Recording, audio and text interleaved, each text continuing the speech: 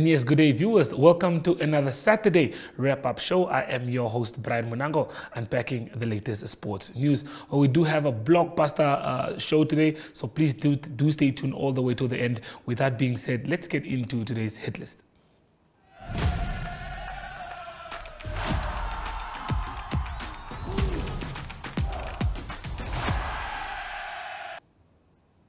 Well, we start off with some swimming news. Nico Eslinger, Jessica Humphrey, and Salome Ray tell us about their time swimming and motivation for other swimmers. They are part of the national team that will represent Namibia and Mauritius from the 6th to the 10th of December at the African Junior Swimming and Open Championship. This is the words that they had to share with us. My name is Jessica Humphrey. I swim for Aqua Swimming and Fitness Club. And well, I'm going to Mauritius next week, and I think it's going to be a really great experience. I've been training for quite a few weeks for this competition, so well, I think we're going to do pretty well. And well, you have to train a lot for these kind of things, so it's really nice to be part of a sport and everything. So it's just a wonderful experience. Also, we're getting sponsors, so doing a sport like swimming is really just a wonderful thing. We get to travel to these beautiful places, swim in the water. It's lovely. Okay, what is your message to those that will be watching? Well, to get to this level, you just have to train hard, you know, try your best, and you'll eventually get there. Okay, how long have you been swimming? Competitively, I've been swimming since I was 8, but I've been swimming really since I was a small baby, so I've always been like part of the water. So hello, my name is Nico Eslinger. I'm swimming here for Dolphin Swimming Club, but of course I will be representing Namibia in Mauritius. I am 17 years old, and so the preparation for Mauritius has been I had a very intense preparation. I've been training really hard, focusing on swimming in the recent weeks, and also especially the past week I've been tapering a lot to be prepared the best for next week. And a message to all the young ones who are watching is to keep motivated, never give up, and to follow your dreams. Okay, when did you begin swimming? Sorry? When did you begin swimming? Oh, I started swimming since I was in the kindergarten, so probably like at the age of 4. I started to learn to swim, and then I enjoyed it so much that I continued with swimming, and now I've never stopped and still enjoy it every day.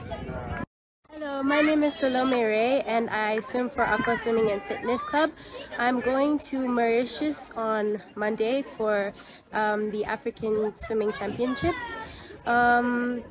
It's really very exciting to swim against people of this level, and my message would be to always keep dreaming, keep having goals, go for them, and stay driven. As long as you can dream it, you can do it, as they say. So always work hard for what you want, and whatever you want, you can achieve. So yeah.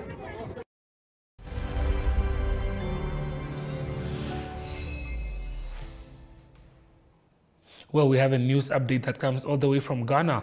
Namibia's Brave Gladiators suffered a 3-1 defeat in the Women AFCON qualifiers first leg against Ghana, while Doris Baudua's brace and Portia Kauke's goal secured a victory for the Black Queens. Well, that means that this team will have to wait for the second leg that is scheduled for the 5th of December in South Africa. Well, Weekend Drop is up next, right after this.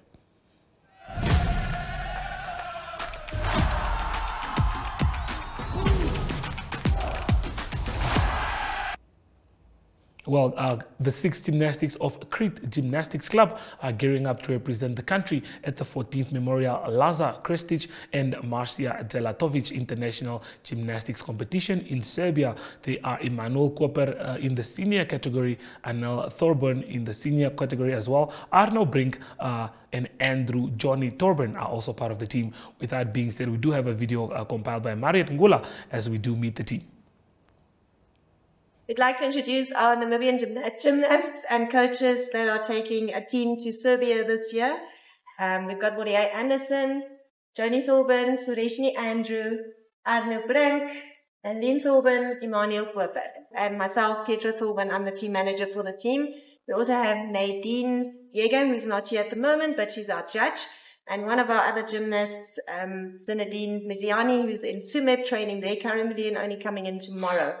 This team will be competing in Serbia from between the 8th and the 10th of December at an international gymnastics competition against a lot of countries from all over the world. There's quite a variety of different categories at this competition, from very pre-junior teams to senior teams, and our gymnasts are representing in different categories for this competition. We are very excited to see what is going to happen at this competition, and we have very high hopes for them. They've trained very hard and we're very proud of them. And we've also represented Crete last year as well, with the boys only. So Woody, I can give you a bit of background on that. Yes. So last year we had 2 boys representing Namibia. We had Langman, aka Langman, known as Emmanuel Cooper, and we also had James. And both of them actually did very well. They both went into finals, whereby we missed one almost by 0.20, a bronze medal, which was very, very good. And hopefully for this year, cross my fingers, they will do very well and they will bring back medals for us. Okay, I understand one is here today. Who's here? Yes. Today we have Emmanuel Cooper. He's going to represent us again for the second time. And we are very, very prepared this time. Okay, Emmanuel, can you maybe just say a few words on how you feel about taking on the competition once again? Yeah, the last year was quite a wonderful year for me, and my first competition, and this year I'm fully prepared, and I hope to do my best and get something this time. Okay, and for the first timers, what are your thoughts on the competition? We're very excited to go to Serbia this year, and we have really high hopes for the competition. We've been training really hard in the mornings and the afternoons, this whole year, and we're feeling very ready. Still a few tweaks to go during our last few training sessions, but we're feeling ready and prepared to represent Namibia. It's going to be a huge experience for most of us, the first beginners that's going to go to Serbia, and we will do our best to represent our country. Thanks. I'm very excited to go. I think all of us are excited because it's our first time, and it's also my first international flight, international competition. So yeah, I'm super excited. It's my first international competition. I have experienced the competition already, but I have never competed. So I feel I'm confident and I'm ready to see what happens. Okay, thank you so much for your time, and all the best. Thank you so much.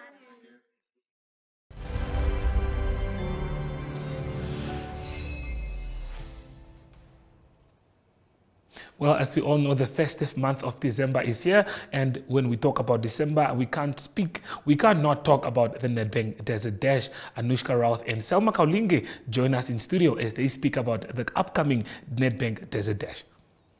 We're joined today by Selma Kaulinge, the Communications and PR Manager of Nedbank Namibia. Hi, Selma, how are you doing? Hi, Anushka. I'm fine, thank you. How are you? I'm good. I'm quite excited to have you in studio today. I'm so happy to be here. It's my first time in studio, but I'm happy to be here. Well, you should be here more often then. Yeah. We are going to be talking about the much anticipated event of the year, the Nedbank Desert Dash. Yeah. So, Nedbank has been part of this event for a lot of years. Yes. So can you just give me an overview of, what Nedbank is doing and how they came on board? Okay. Well, definitely we are excited that the Nedbank Desert Dash takes place already next week. We were basically planning it the whole year, but it's finally here. We are excited.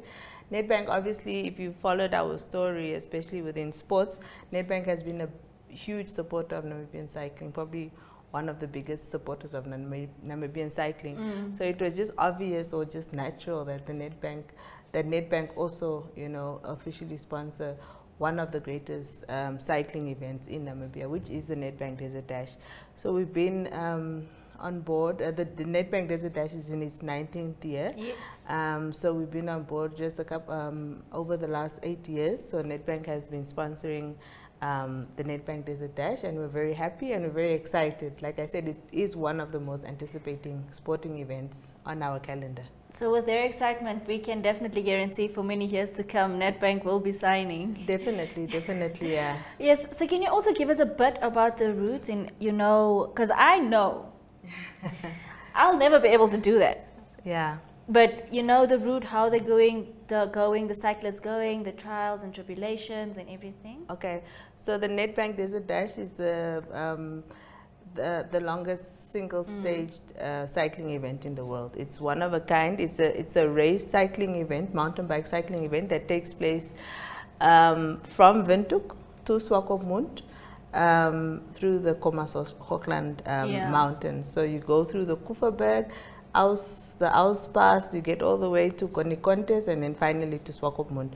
So it's not only about cycling. I think if you do the race, it really has to do, there's so much more that's involved with it. So the cyclists have to travel almost 400 kilometers, about 369 kilometers from Windhoek to Swakopmund. The race has to be finished in 24 hours. So it's a challenge, but I think it's one of those challenges that people put on their bucket list and are very excited for. Yeah, no, we had Beverly, one of the cyclists, also in studio last week, and she said it takes a lot to get ready. It's not just the body, but also the mental and emotional well-being that you should get ready. Because a lot of people are also doing it for charities this year. Yes, we have a couple of charities, or a couple of people who are doing the dash for charities, which also brings another aspect of the race. So it's not only sports or tourism or nature, it encompasses so much more. So people decide they're going to do the race and they're going to raise funds for certain charities.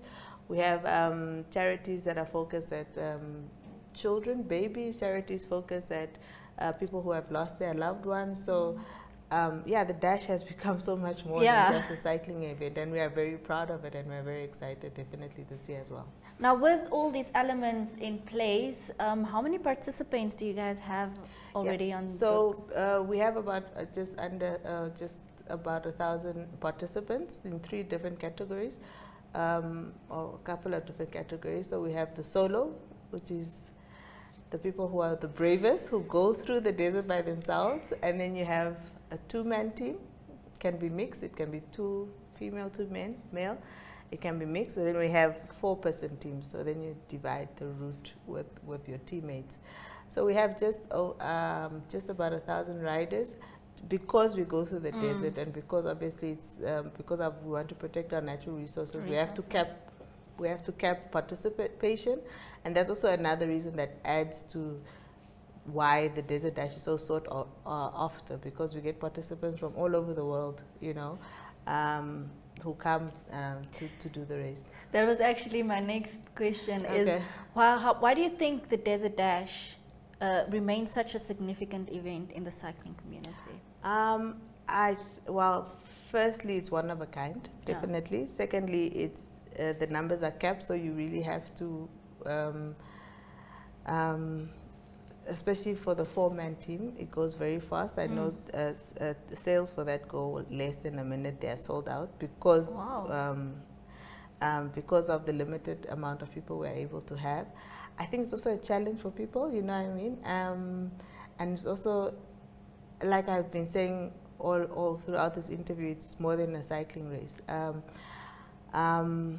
I think people do it to challenge themselves. I think people from overseas come because Namibia is such a beautiful country, that in itself. But also saying that you've completed the Desert Dash, I think is also just... I think that is actually, you know, in the conversation, everybody's like, yeah, well, I did this and I didn't. And then you just come pop in to the conversation and said, I completed the Desert Dash. Exactly. I think that's the conversation stopper, be like, okay, yeah, no, you won. Exactly. But any, you know, because of the event itself and the duration of it, like we said, it takes a lot of physical, mental, and emotional health and well-being to actually participate in this event. Any well-wishing you have for the cyclists? Yes, definitely. We wish all the cyclists really, I know they've been preparing months now, because obviously the dash, you do it one day, but you have to prepare, basically the people I know have been preparing the whole year. So we really want to wish all the cyclists really the best out there. We pray and we hope that the weather is favorable to them, All the family and friends who come out to support the cyclists, we also wish them well. Support drivers, our organizers, our partners. I also maybe just say a word to our co-sponsors who are Hollard, Trek, Indongo, Toyota and Superspar. So we thank them, but yeah, definitely to our cyclists, we'll be there at the start and we'll catch you at the finish, and we're very excited. We are definitely also very excited to see the happenings of it. Well, our Ironga team is definitely going to be at the end game to also wish the drivers well and congratulate them. So stay tuned, guys, because Nedbank There's a Dash, it's here.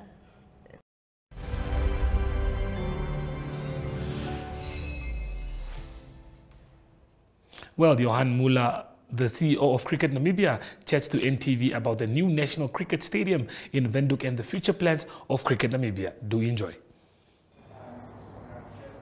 I've got Mr. Johan Muller, the CEO of Cricket Namibia, with me.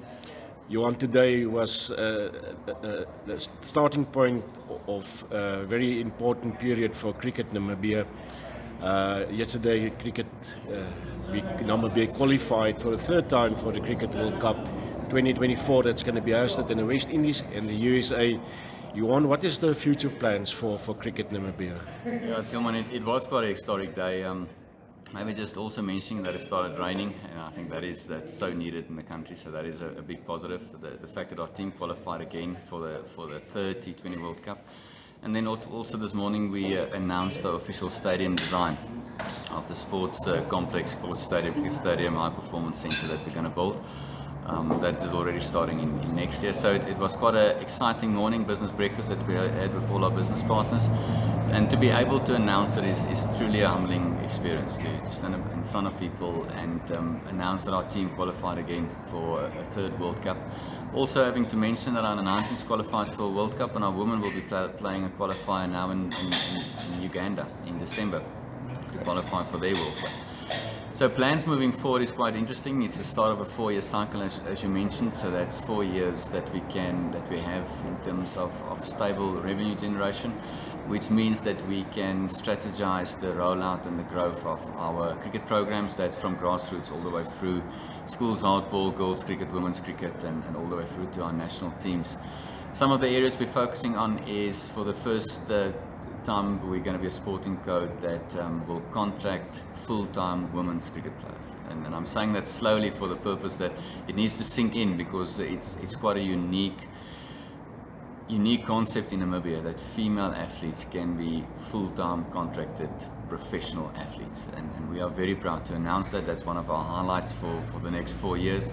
We're also announcing high performance contracts for our bright talent that's out of school, that's leaving school, to retain that talent.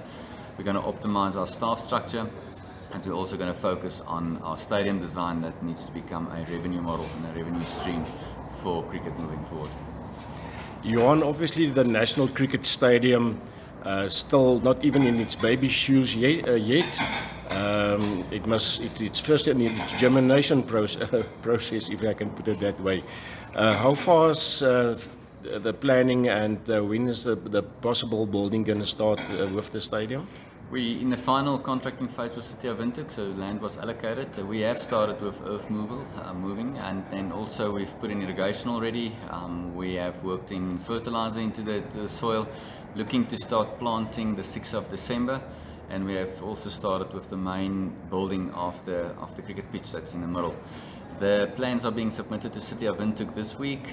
We're doing a costing on it so that we can tender for contractors. Appointment of contractors end of January, and then hopefully building process to start the beginning of March, with the completion date end of May 2025. And then in May 2025, I suppose there will be the first tournament or cricket on the stadium? Yeah, the plan is, and we had confirmation that New Zealand will play two T20Is in June in Namibia, but they have put those plans on hold. So we are looking for a big international team to tour into Namibia in June, July. But if that's not the case, we do have quite a number of other tournaments that starts from July in Namibia.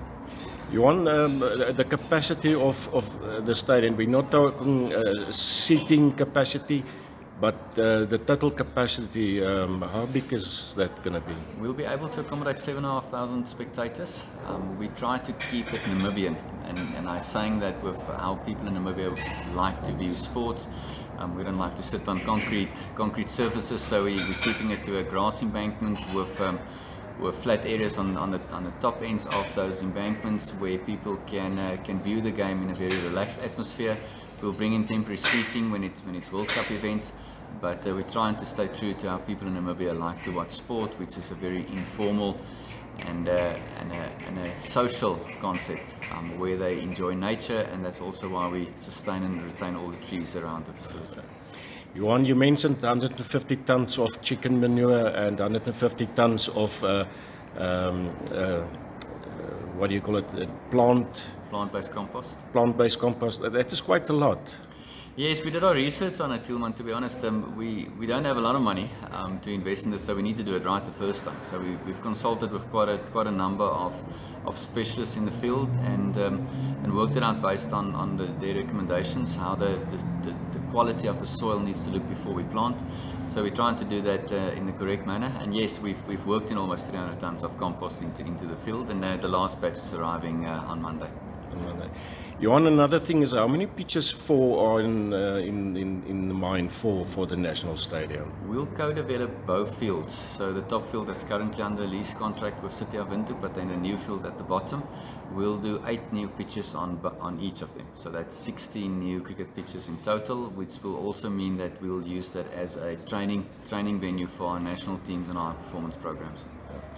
Johan, the bully, the clay that's going to be used for the cricket pitches is coming from the north.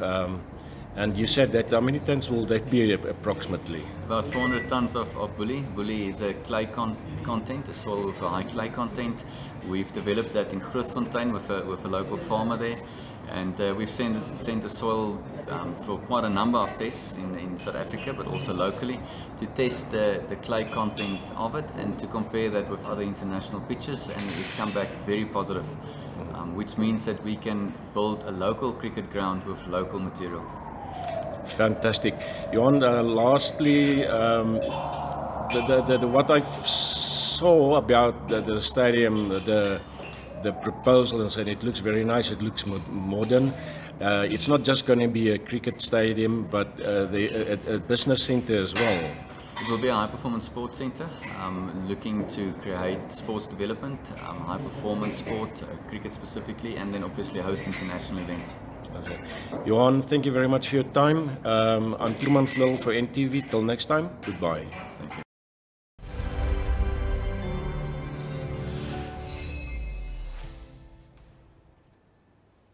Well, Global United FC chairman Freddie Bobic speaks to us as he gives us an update on how Namibia will be faring with the Green Kick project. He promises that the German side will come back into Namibia to make sure that they do keep giving back to the community. With that being said, here's Freddie Bobic. Okay, well, for this one, we are joined by Freddie Bobic, all the way from Germany, ambassador of Global United FC. Freddie, just tell us, how are you loving your time here in Namibia? I love it, so it's not the first time I'm here, I think the 4th time from 2010 until now. It's always great.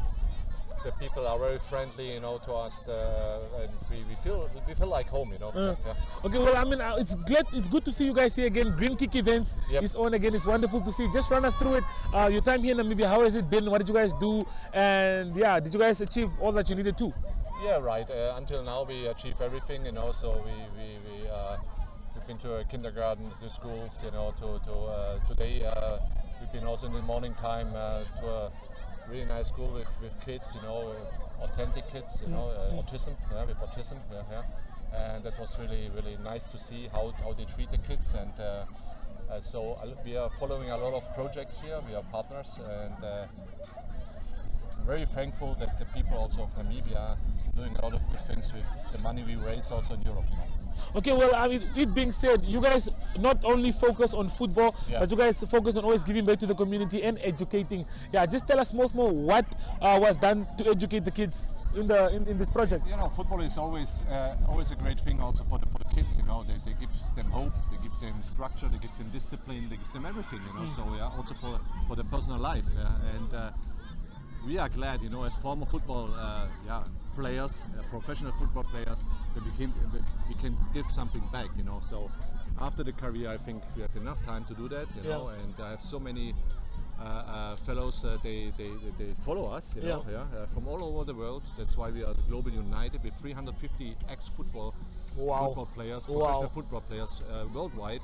And so not only in Namibia, also in South Africa, we've been in so different places, you know, playing also a bit football, but also caring about the projects and giving the young people a chance, you know, for the future. I think what you can say is you cannot do something better now. Okay, well, if I'm not mistaken, I think you won the European Cup. I think that it was supposed to be This was 96. 1996. Is that the Champions League? Was that the Champions League? No, this is the European Championship. It's like the Africa Cup, you know. Oh, the European Championship. Okay, well, speaking of then and now, how do you think football has evolved? If we do speak of football. Football is totally different right now. Much faster, different rules. We have the VAR, you know. This kind. The VAR. Everything and technology is coming in, you know. I think the quality is it's not better, but they're better trained. All the countries, you know. So we have more competitive games, you know, to watch, and that's always you see in the World Cup or in the Africa Cup, or everywhere, you know. So that's a good thing, you know.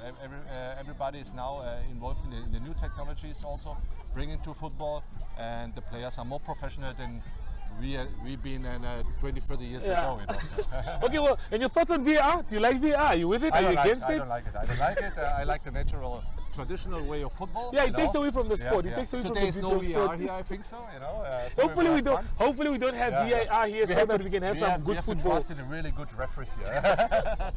And I'm sure we do have those. But yeah, the projects you guys had in Promised Land, the projects that you guys had going on in Sokomun in DRC, those are really beautiful things that you guys are doing. And yeah, just run us through it. How was your time at DRC that you guys did there? Just checking out the things. You guys did a few renovations in Walvis Bay, and you guys also painted in Naravel. At the soup kitchen. So just tell us a little bit about that. That's always great, because the whole group, you know, they have so much joy and fun to do that, you know. If you see the pictures, then you see how much fun the guys have. You know? So, and that's the point. It's not to coming here and say you have to do that. No, they want to do that. You know? So I think that's the key. You know, if you have a good group, and we have a great group, everybody's coming with no payment or something like that. You know, so.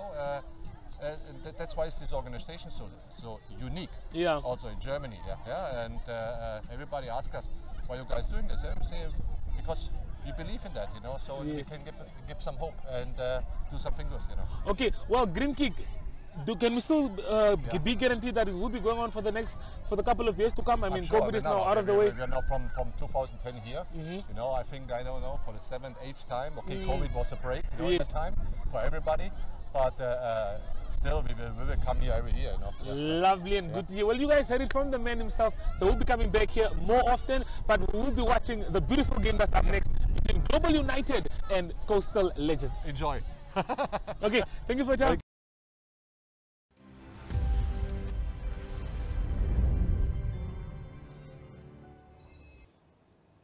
Well, before I do love and leave you guys, stay tuned for Sunday Drop.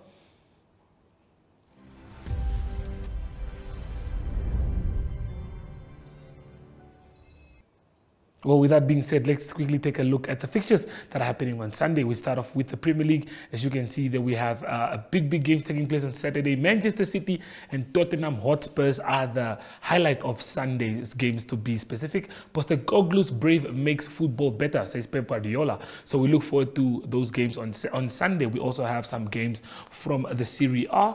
To mention a few, I will leave you with the most important game of that one. That's the last game, where we see Barcelona take on Atletico Madrid. Barca's João Felix starts firing in time for Atletico reunion. So that's also one to look forward for. With that being said, Serie A also has a few games, and the highlight of the Serie A has to be Napoli as they take on Inter.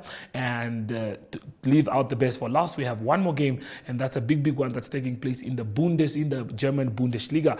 As you can see, that the game kicks off at 6:30. Leverkusen set to host Borussia Dortmund in a clash of Bayern hunters. That means we'll see the team that's on top of the log, Bayer Leverkusen, taking on Borussia Dortmund, who will try to make sure that they do stop the Giants from marching on to win the Bundesliga. Well, with that being said, I am Brian Monango, and we have come to the end of the wrap-up show. We'll see you again next week, Saturday. With that being said, it is goodbye.